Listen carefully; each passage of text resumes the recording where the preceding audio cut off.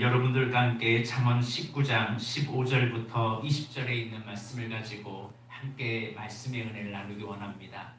오늘 말씀을 이해하려면 먼저 14절부터 먼저 연결이 되어 있습니다. 14절에 보면 집과 재물은 조상에게 상속하거니와 슬기로운 아내는 여호와께로 말미암느니라 라고 말씀합니다. 한마디로 상속받는 재산이 있는데 15절에 게으른 사람 때문에 그 게으름이 그 사람을, 그 많은 재산이 오히려 상속받은 재산이 있을지라도 그것이 오히려 굶주리게 되는 파멸의 길로 걸어간다는 사실입니다. 그러니까 미련한 아들이 게으르니까 부모로부터 물려받은 유산을 잘 활용하고 간직하지 못하다가 결국에는 다 잃어버리고 가난하게 되는, 나중에는 몰락의 삶으로 가게 된다는 말씀이 15절에 있는 말씀입니다. 그러면 여러분 15절에 게으름이라고 말하는데 그러면 게으름이 과연 뭘까요? 여러분이 알고 있는 게으름 한번 말해 보시겠어요? 게으른 사람, 게으르다 할 때 무엇을 게으르다 할까요? 다들 아는데 말하지 않는 거죠? 행동이나 일처리가 느리는 사람을 게으른 사람, 하고 싶은데 하지 않는 사람을 게으름이라고 말하는 경우가 많아요. 그래서 보통은 몸을 움직이지 않거나 귀찮아하는 것, 자기가 할 일을 하지 않는 사람을 게으른 사람이라고 말합니다. 그런데 더 자세히 게으름에 대해서 알려면 게으름이 뭐냐면 변화하기를 싫어하는 것이 게으름이에요. 따라서 하겠습니다. 뭐라고요? 변화하기를 싫어하는 것이 게으름의 시작이에요. 변화하려고 하면 익숙한 것을 내가 벗어나야 변화를 가져올 수 있거든요. 근데 게으른 사람은 새로운 것, 자기에게 익숙한 것이 너무나 좋기 때문에 새로운 것을 받아들이려고 하지 않아요. 예전에 있는 게으름을 그대로 간직하려고 합니다. 그래서 새로운 것이나 낯선 것을 싫어하고 익숙한 것에만 머물려고 하기 때문에 그 마음 자체가 게을러지기 시작한다는 거예요. 새로운 것을 받아들이려고 하지 않는 마음의 자세. 그래서 늘 새로운 곳을 가고 새로운 환경을 가고 새로운 사람을 만나면 더 많은 새로운 세계를 경험하게 되는데 나도 모르게 익숙한 사람, 익숙한 환경만 찾다 보니까 삶이 게을러지더라는 사실입니다. 익숙한 세계에만 머물다면 만날 수도 없고 갈 수도 없고 그래서 그의 삶이 풍성해지도 않죠. 그러나 내가 게으름을 탈피하면요, 삶이 굉장히 풍요롭고 넉넉해집니다. 한마디로 나를 개방하고 내가 누군가에게 다가가고 무슨 어떤 환경에 다가갈 때 우리는 점점 새로운 세계를 알게 된다는 사실입니다.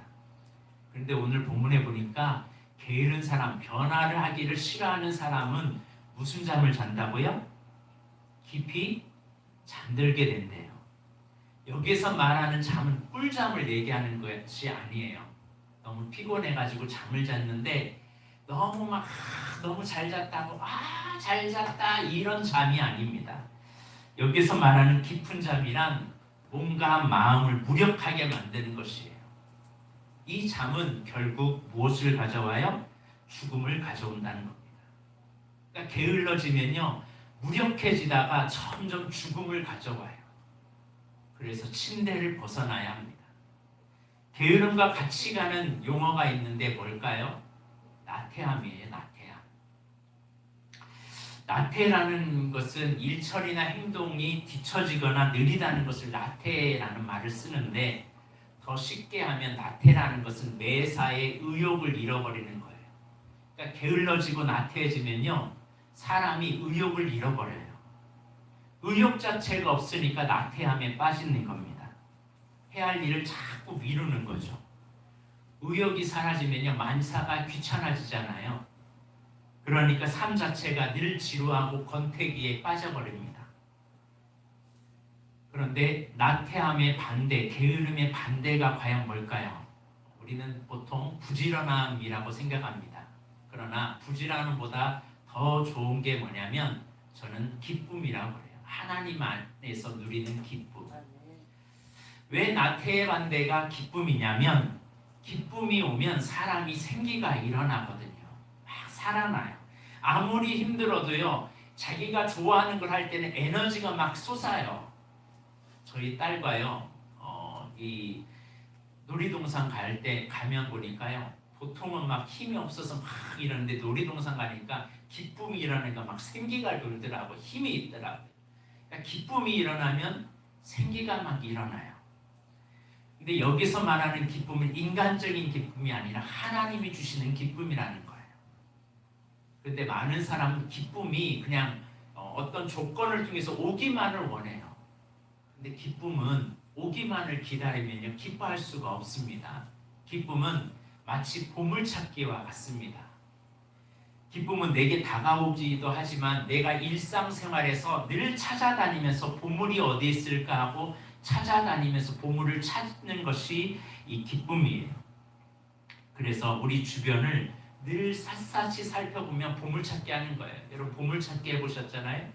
보물찾기를 할 때 어디 숨어있나 하고서 뭐 나무도 들춰보고 뭐도 들춰보고 평소에는 가까이 하지 않았던 것들을 들춰보면서 와 여기에 벌레도 있네, 와 여기에 뭐도 있네 하면서 다른 것을 발견하잖아요. 그러다가 어느 한 가지 쪽지를 발견해 그걸 쫙 열어놓는 순간에 1등 하면 이제 막 난리 나죠.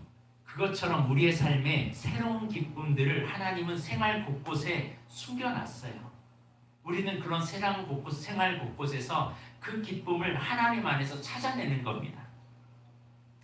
그래서 우리의 기쁨을 우리가 찾아낼 때 어디에서 찾아내냐면 감사할 때 찾아져요. 근데 감사하는 것은 그냥 이루어지는 게 아니라 감사는 언제 감사하지 못하냐면 당연하게 여기면 감사가 사라져요. 아내가 삼시세끼 밥을 해주는 것을 당연시 여기거나 엄마가 밥 해주는 것을 당연시 여기면 감사가 없죠. 그런데 엄마가 새끼를 당연시 여기지 않고 우리 엄마가 이렇게 나에게 매일 맛있는 밥을 해주는 것을 의뢰 것으로 생각하지 않고 감사로 받으면 그게 얼마나 기쁨인지 모릅니다. 병원에 가서 응급실에 갔는데 응급실에 갔을 때 내가 건강하다는 것이 얼마나 감사한지 당연한 걸로 여기지 않고 내가 건강하다는 것을 아는 순간에 기쁨이 찾아온다는 사실입니다. 그래서 우리는 내 주변에 일어나는 일상 속에서 하나님이 숨겨놓은 보물을 날마다 찾아내어서 그 기쁨을 누리길 주의 이름으로 축복합니다. 근데 게으른 사람, 나태한 사람은 이런 것을 찾지를 못해요. 왜? 가만히 있고 무기력함과 그냥 자기 자신을 그냥 놔버리거든요. 그러나 오늘 성경은 게으른 사람은 깊이 잠들게 된다. 결국 파멸의 잠을 잡니다.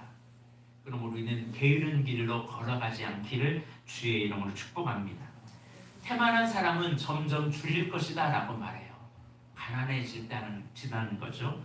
자, 그 다음에 16절을 보겠습니다. 시작.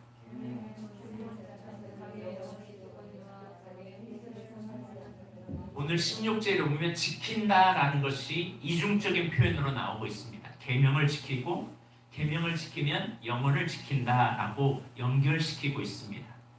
그런데 이 두 가지의 연결점은 자기 행실을 삼가는 사람이 계명을 지키기 시작하고 그 계명을 지키니까 자기 영혼을 지키기 시작한다는 겁니다. 우리는 때때로 가끔 이런 말을 합니다. 나도 내 마음 모르겠어요. 요즘 내 마음이 왜 이런지 모르겠다라고. 우리는 우리 자신도 잘 모르는 게 우리의 모습이에요. 자기 마음을 다 아는 사람은 이 세상에 없습니다. 스스로도 나 자신을 속일 때가 많아요. 나 자신도 나를 몰라요. 그래서 이런 노래도 있잖아요. 내 속에 내가 너무도 많아. 내 속에 내가 너무 많으니까 내 속에 많은 나를 주체할지 모르는 거예요. 그렇기 때문에 가장 어리석은 사람이 뭐냐? 내가 모든 걸 다 할 수 있다라고 하는 사람. 내가 모든 걸 할 수 있다는 사람이 가장 어리석은 사람이에요. 왜냐하면 나도 나를 모르는데 내가 무엇을 할 수 있겠습니까?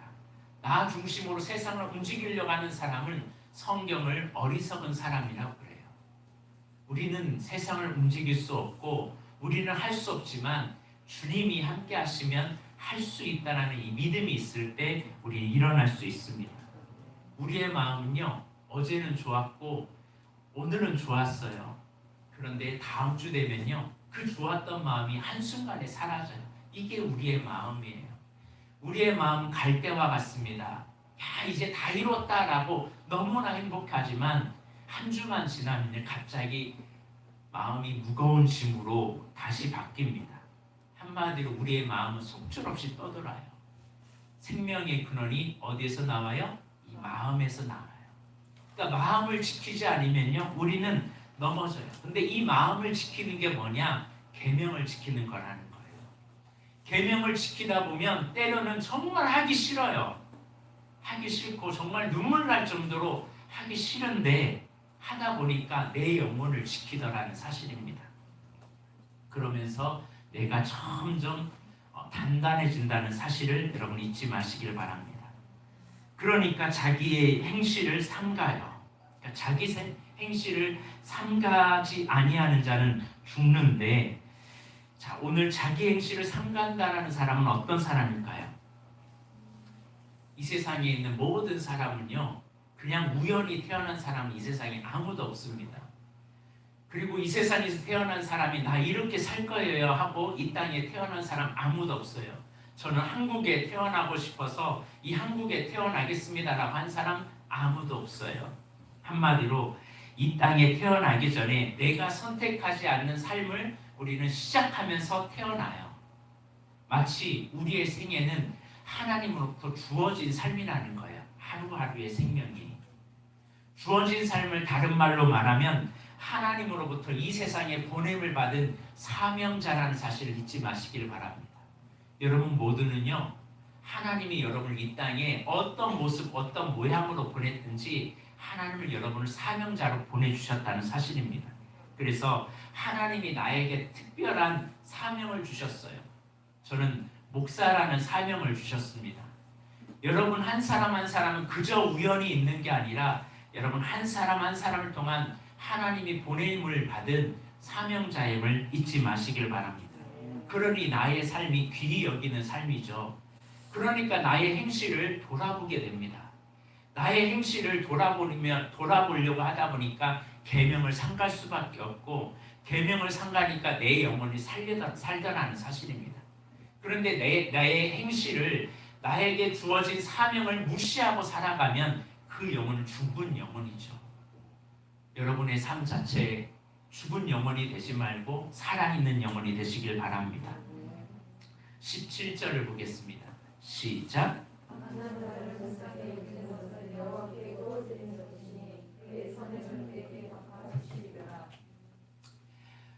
성경에서는요, 고아와 과부를 돌보라 라고 말해요.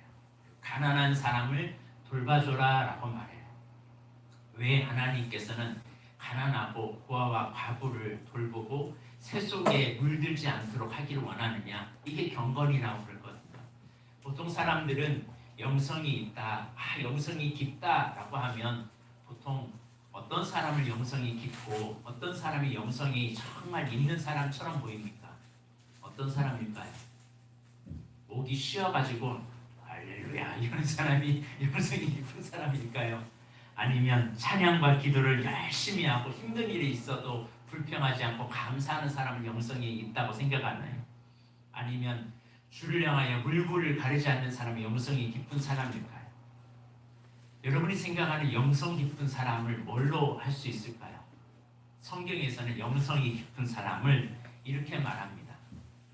사람은 모두 다 자기 중심이거든요.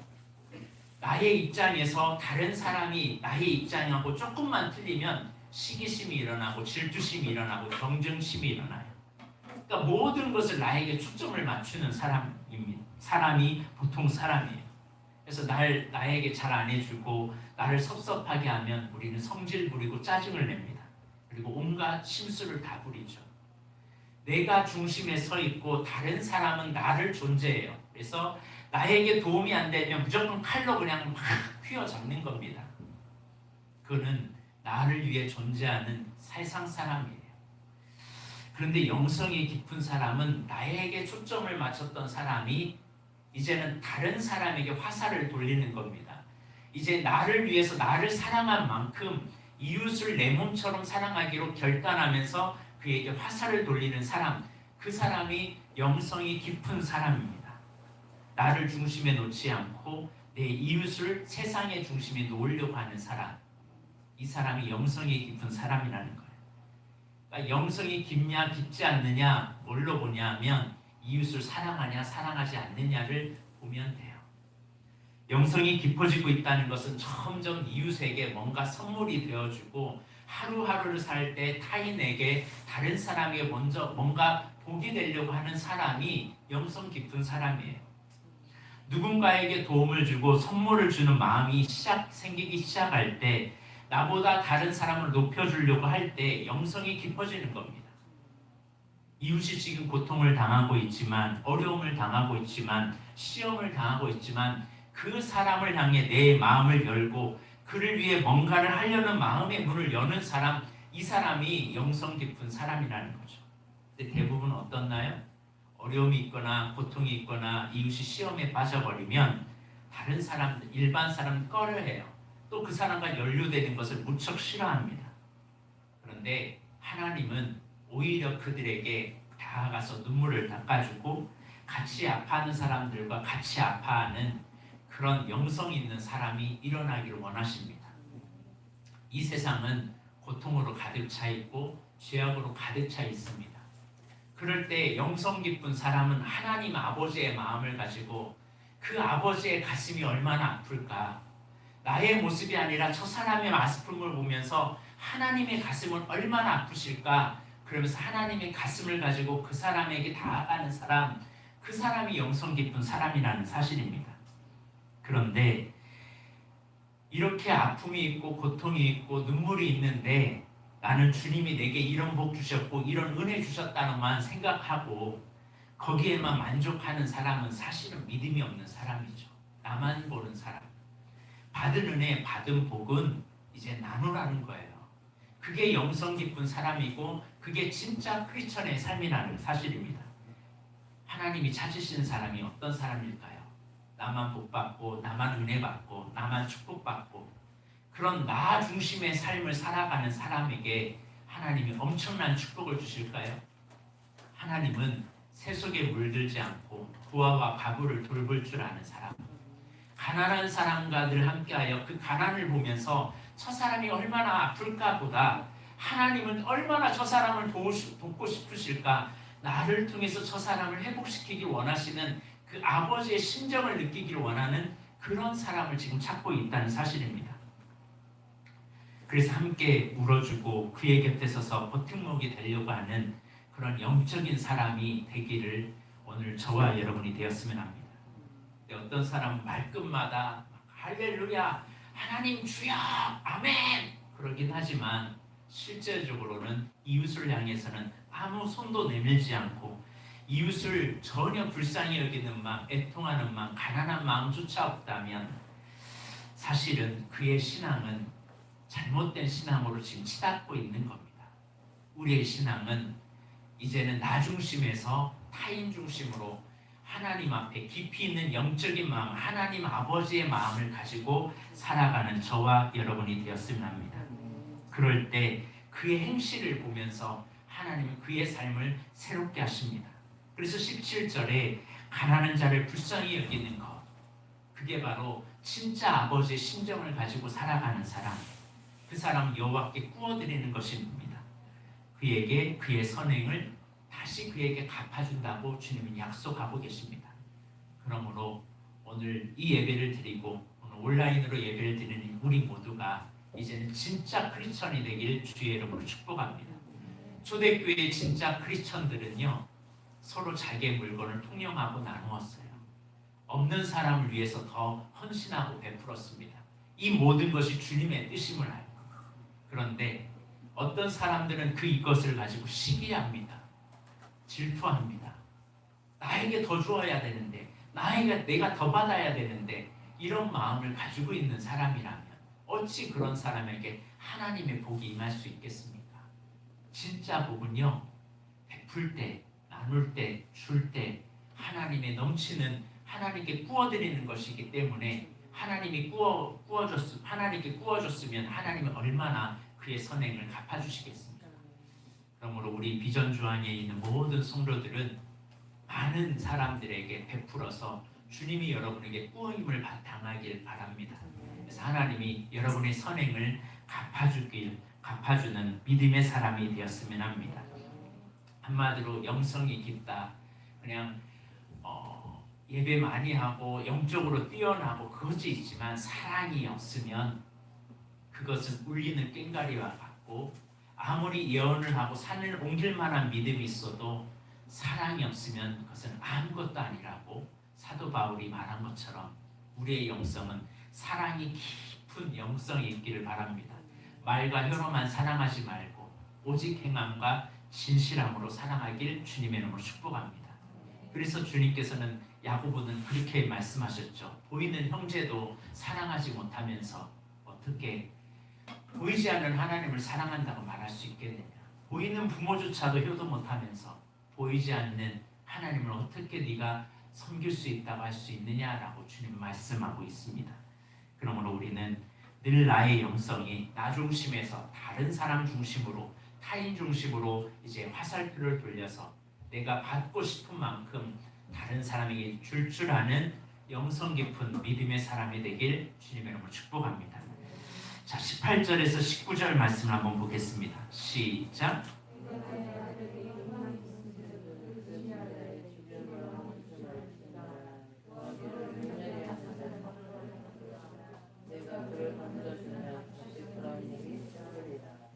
아들이 잘못을 하고 있는데 아버지가 그 잘못을 묵인하고 있으면 오히려 그 잘못은 오히려 그를 멸망하게 만들 거라는 사실입니다.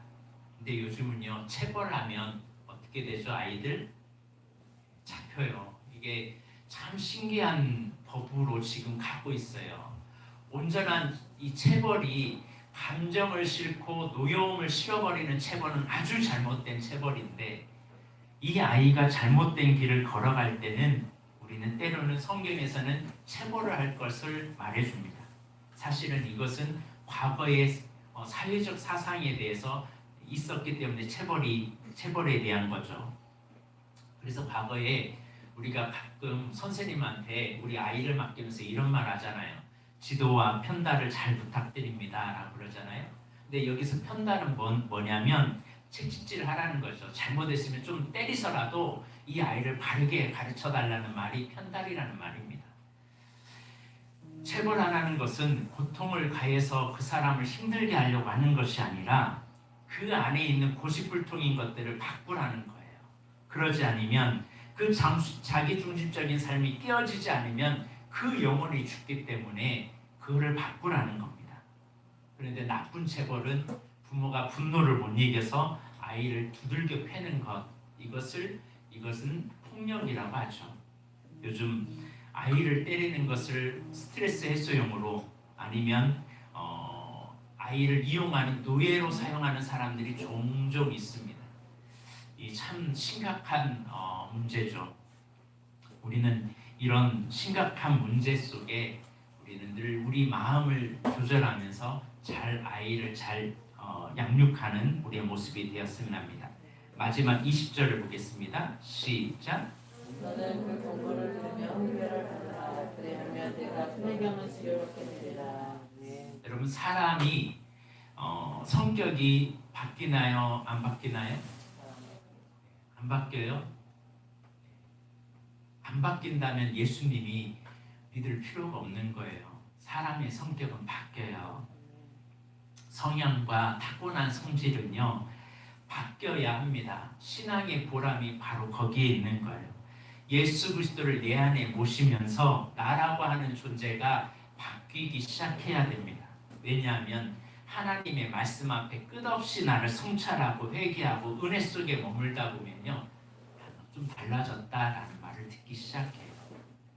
성격이 달라질 수밖에 없어요. 안 바뀌는 이유가 뭐냐면 나 중심으로 살기 때문에 그래요. 예수 그리스도의 계명이 우리 안에 들어오지 못하고 내가 하나님의 자리에 올라가 있으니까 안 바뀌는 거지, 진짜 나 중심에서 다른 사람 중심으로 살기를 시작하고 내 안에 예수 그리스도가 주인이 되면 우리는 변화될 수밖에 없습니다.